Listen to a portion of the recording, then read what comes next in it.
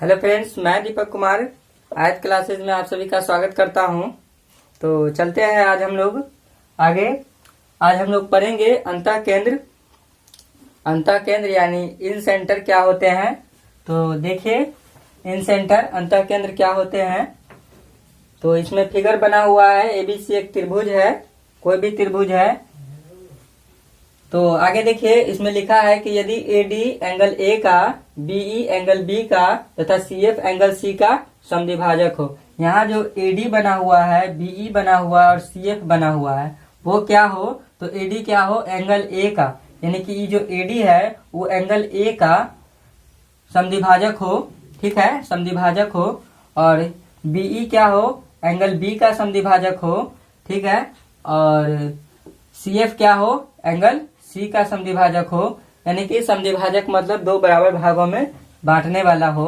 तो angle A क्या करता होगा, एडी क्या करता होगा, एंगल ए को दो बराबर भागों में बांटता होगा। बीई क्या करता होगा, एंगल बी को दो बराबर भागों में बांटता होगा। और सीएफ क्या करता होगा, एंगल सी को दो बराबर भागों में बांटता होगा। तो यहाँ जो तीनों मिले हैं, तो यहाँ पे जो बना हुआ है, ये कटा है ये बिंदु, उस बिंदु को हम लोग क्या बोलेंगे, अंतः केंद्र बोलेंगे। यानी कि आई इस बिंदु का नाम है, तो ये बिंदु हमारा क्या कहलाएगा, अंतः केंद्र कहलाएगा। और इसमें खास बात क्या है, तो यहाँ से इस बिंदु से जो तीनों भुजाएं हैं उसकी दूरियां समान होगी।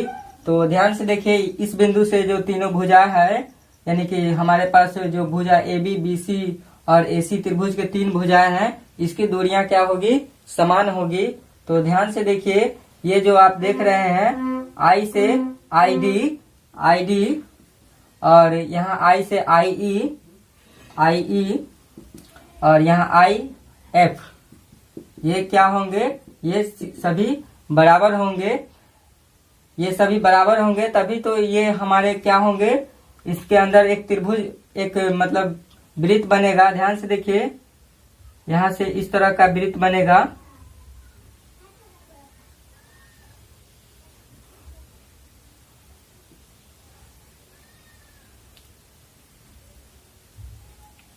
ये इस तरह का वृत्त हमारा बना है। जो वृत्त क्या है, आप समझ सकते हैं कि वृत्त क्या होता है। तो वृत्त का एक केंद्र होता है और वहां से जो है त्रिज्याएं जिधर भी जाए वो सभी त्रिज्याएं क्या होती है, ये सभी त्रिज्याएं होती है और ये सभी के सभी बराबर होती है। और आप जानते हैं कि आईडी, आईई और आईएफ, आईडी, आईई और आईएफ ये तीनों क्या है, बराबर है। तो ये तीनों बराबर है तो एक वृत्त की रचना कर सकता है। ये जब सभी त्रिज्याएं हो जाएंगी, ये सभी के सभी क्या हो जाएगा, त्रिज्या बन जाएगा और एक वृत्त की रचना हो जाएगी। तो इसी कारण से इसको हम लोग क्या बोलते हैं, अंतः केंद्र बोलते हैं। क्यों बोलते हैं, क्योंकि आप समझ सकते हैं कि ये हमारे जो आई है वो क्या कर रहा है, एबीसी के अंदर एक वृत्त की रचना कर रहा है। तो अंदर बना रहा है, इसलिए अंतः वृत्त होगा, अंतः केंद्र होगा। इस वृत्त को हम लोग अंतः वृत्त बोलेंगे और इस आई को हम लोग अंतः केंद्र बोलेंगे। तो यही समझना था कि अंतः केंद्र क्या होता है। तो अंतः केंद्र यानी कि त्रिभुज के, जो किसी भी त्रिभुज में कोनों का समद्विभाजक जिस बिंदु पर मिलता है, उस बिंदु को हम लोग अंतः केंद्र बोलते हैं। क्यों बोलते हैं, क्योंकि वो अंतः वृत्त की रचना करता है। ठीक है, तो यहाँ से समझ गए होंगे कि आई हमारा अंतः केंद्र है, क्योंकि वह अंतः वृत्त की रचना कर रहा है। तो चलिए आगे चलते हैं, इसमें हम लोग बहुत कुछ आज सीखने वाले हैं। तो देखिएगा, सबसे पहले आपको याद होगा, अगर मान लिया जाए आपको याद हो, तो देखिए यहाँ पे एक चीज हम लोग पढ़े थे पीछे वाले क्लास में, कि अगर मान लीजिए कि ये कौन समद्विभाजक है, ये एडी हमारा क्या है, कौन समद्विभाजक है, तो ये क्या करता होगा, यानी कि मान लीजिए एडी हमारा क्या करता होगा, एंगल ए को दो भागों में बांटता होगा। तो एडी को हम कौन समद्विभाजक बोलेंगे ही। और कौन समद्विभाजक जब बोलेंगे तो यहाँ से एक चीज निकल के आती है कि एबी और एसी का जो अनुपात होता है, एबी और एसी का जो अनुपात होता है, बीडी और सीडी के अनुपात के बराबर होता है। तो ये चीज आपको पता होगा। तो इसी से हम लोग बहुत कुछ आज सीखने वाले हैं। तो ध्यान से देखिए, अगर मान लिया जाए कि इस त्रिभुज में ए के सामने वाले को हम लोग ए मानते हैं, ठीक है। और बी के सामने वाले को हम लोग क्या मानते हैं, बी मानते हैं। हमेशा आप जो है ए के सामने वाले को ए मानेंगे, स्मॉल ए, बी के सामने वाले को बी मानेंगे और सी के सामने वाले को आप सी मानेंगे। तो चलिए यहाँ से हम लोग बहुत कुछ सीखेंगे। तो देखिए आपको याद रखना है, यहाँ जो ए आई है, ए आई और आई डी का जो अनुपात होता है, अभी हम लोग पहले लिख रहे हैं सबको और फिर से उसको प्रूफ भी करेंगे, तो आप चिंता नहीं करिए, आपको सब चीज याद हो जाएगा। तो देखिए ए आई बटे आई डी, ए आई बटे आई डी हमारा क्या होगा, तो ए आई बटे आई डी हमारा होगा बी प्लस सी बटे ए। और आपको बी आई बटे आई ई कहेगा, बी आई बटे आई ई निकालने के लिए तो ये होगा ए प्लस सी बटे बी, और सी आई बटे एफ आई हमारा क्या होगा, तो ये होगा ए प्लस बी बटे सी। तो ध्यान से देखिए, इसको हमने लिखा है, इसको हमने कैसे लिख दिया, आप हमको याद तो होगा तबे तो हम लिखे होंगे। तो याद हम कैसे करेंगे, तो इसको देखिए, तो ए आई बटे आई डी है। तो ध्यान से देखिए ए आई जो है वो किस भुजा को बना रहा है, तो सी और बी है। ए आई के सामने जो ए आई के बगल में जो दो भुजा है वो सी और बी है, तो सी और बी ऊपर प्लस कर देना है और नीचे हमारा जो आईडी है वो आईडी कहा जा रहा है ए पे। तो इसको आप याद रखेंगे, इसी तरह सब है, ठीक है। तो इसको याद रखिएगा, ये बहुत काम का चीज है। तो चलते हैं आगे हम लोग, ये सभी जितने भी थ्योरम लिखे हैं इसका स्क्रीनशॉट आप ले लीजिए और चलते हैं इसके आगे। तो चलिए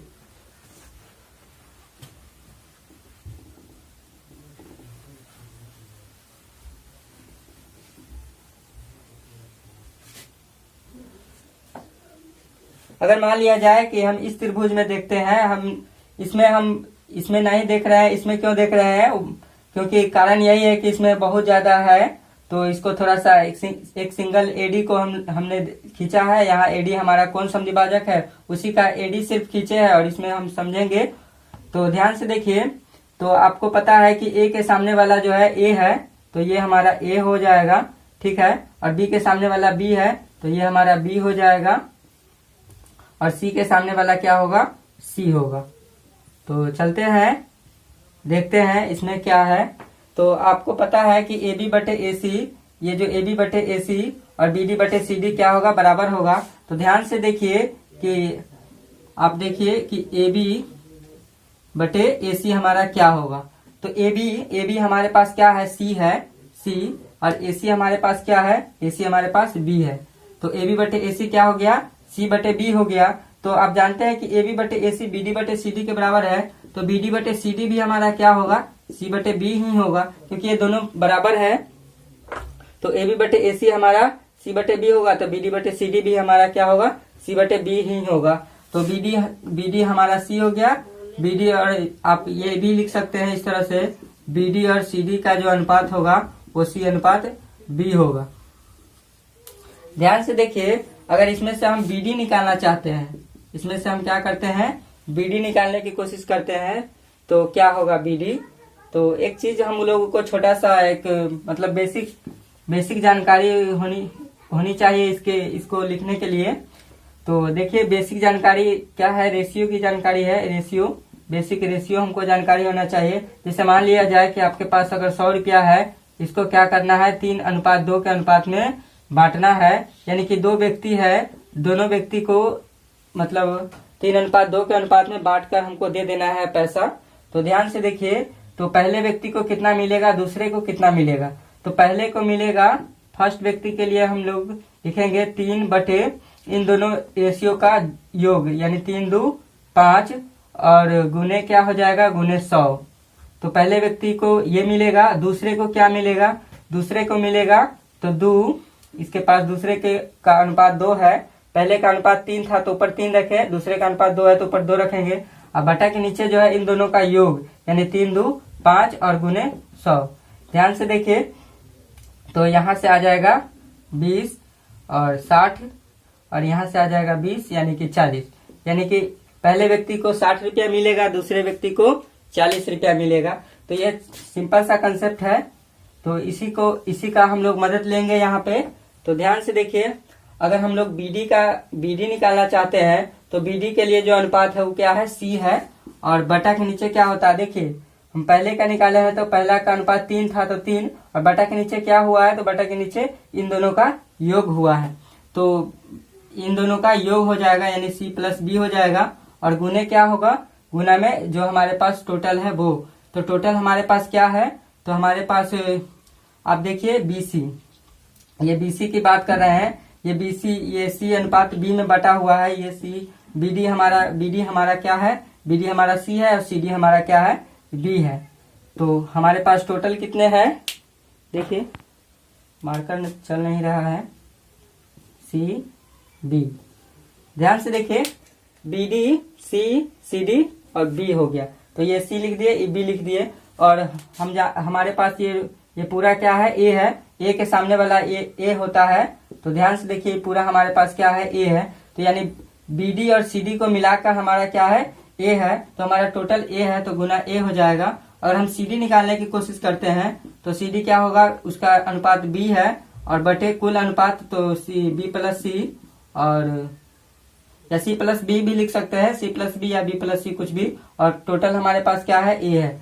तो ध्यान से देखिए, यहाँ से बी डी हमारे पास क्या आ गया, ए सी बटे बी प्लस सी। और यहाँ से हमारे पास सी डी क्या आ गया, ए बी बटे बी प्लस सी। तो चलिए, तो यहाँ से आप लोग समझ गए होंगे कि बीडी हमारे पास क्या आएगा, सीडी हमारे पास क्या होगा। तो जब भी बीडी आपको निकालना होगा तो एसी बटे बी प्लस सी करेंगे, सीडी निकालना होगा तो ए बी बटे बी प्लस सी करेंगे। इसी तरह आपको अगर मान लीजिए सीई निकालना है, एई निकालना है, ठीक है, सीई निकालना है, एई निकालना है, तो इन सबको भी आप निकाल सकते हैं। तो इसी तरह से निकालेंगे हम लोग। तो आपको जो है ना, इसको बी सी और ए को निकाल कर ट्राई करके देखना है। और भी इधर भी लिख लेते हैं, ए एफ और एफ बी, ए एफ और एफ बी, ठीक है। इसको भी निकालने की कोशिश करना है। तो देखिएगा ट्राई करके। इसी तरह से सेम हम लोग निकालेंगे। बात समझ रहे हैं। तो चलते हैं आगे हम लोग। तो आगे चलते हैं। इसको निकालने की कोशिश जरूर कीजिएगा। सीई कैसे निकलेगा, जिस तरह से हम अभी निकाले हैं बीडी और सीडी, उसी तरह से सीई और एई आप निकाल सकते हैं। और एएफ और सीएफ, मतलब एएफ और एफडी भी आप निकाल सकते हैं। तो इसको कोशिश जरूर कीजिएगा। तो चलते हैं आगे। इसका स्क्रीनशॉट आप लोग ले लीजिए। चलिए,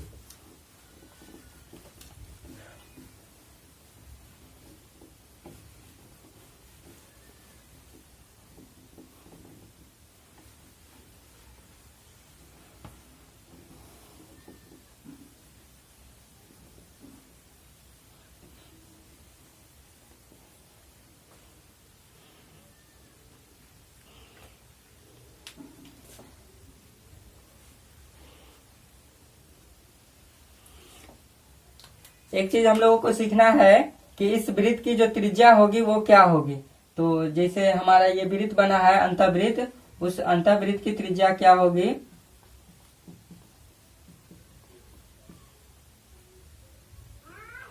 हमारे अंतःवृत्त की त्रिज्या क्या होगी। तो इसके लिए फॉर्मूला आता है डेल अपॉन एस।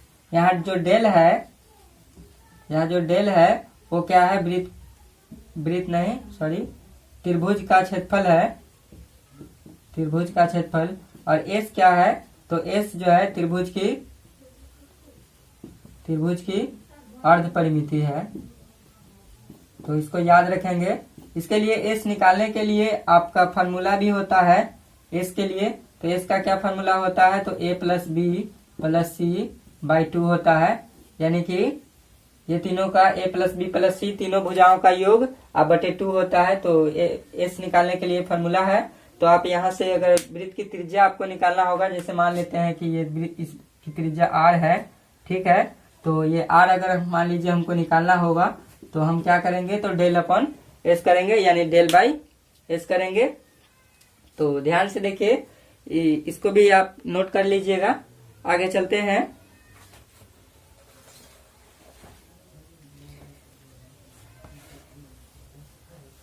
तो आगे हम लोग देखेंगे इसमें कि यहाँ जो कोण बन रहे हैं, यहाँ जो कोण बन रहे हैं, देखिए इसको हम लोग अलग से फिगर बनाते हैं।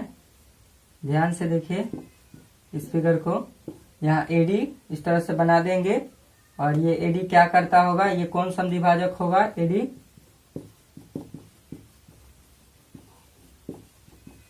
और ये एंगल ए को दो बराबर भागों में बांटता होगा, ठीक है, यानी कि ये दोनों एंगल क्या होंगे, बराबर होंगे। और यहाँ जो आई है, यहाँ मान लीजिए कि यहाँ पे आई हमारा है, ठीक है, इसको एडी को हम लोग कोण समद्विभाजक कहेंगे, इसको रहने दीजिए। एडी हमारा क्या है, कोण समद्विभाजक है यहाँ पे, ठीक है। तो यहाँ आई को बनाते हैं, इस आई को, तो यहाँ मान लीजिए आई हमारा क्या है कि इन सेंटर है, यानी कि अंतः केंद्र है। तो ध्यान से देखिए, यहाँ से जो इस तरह से एक कोण बन रहा है, बी से यहाँ खींचा हुआ है, और यहाँ जो कोण बन रहा है वो कोण क्या होगा, तो ये जो कोण बन रहा है आपका वो क्या होगा, तो याद रखेंगे कि 90 plus half of angle A होगा। मतलब कहने का मतलब है कि मान लीजिए कि एंगल बी आई सी हम लोग निकालने की कोशिश करते हैं, बी आई सी। तो ये जो एंगल होगा वो कितना होगा, तो ये होगा 90 डिग्री प्लस एंगल ए का आधा, एंगल ए का आधा होगा, यानी हाफ होगा। तो इसको याद रखिए, बात समझ रहे हैं, यानी कि 90 प्लस ये होगा। चलिए आगे चलते हैं और भी समझते हैं हम लोग। इसके आगे अगर मान लीजिए कि ये इस तरह से नहीं, ये कोण हम लोग निकालना चाहते हैं, इस कोण का मान, तो ये कोण का मान क्या होगा, इस कोण का मतलब आधा, बी का आधा और प्लस ये 90 डिग्री होगा। यानी कि अगर हम सी आई ए निकालना चाहते हैं, सी आई ए, तो सी आई ए क्या होगा, सी आई ए इस कोण का मान क्या होगा, तो 90 प्लस एंगल बी बाई 2 होगा, ठीक है। अगर हम इधर वाला कोण निकालना चाहते हैं, इधर वाला कोण, तो इस कोण का मान क्या होगा, A I B, angle A I B का मान क्या होगा, तो 90 plus C by angle C by 2 होगा। तो इसको आप जरूर याद रखेंगे।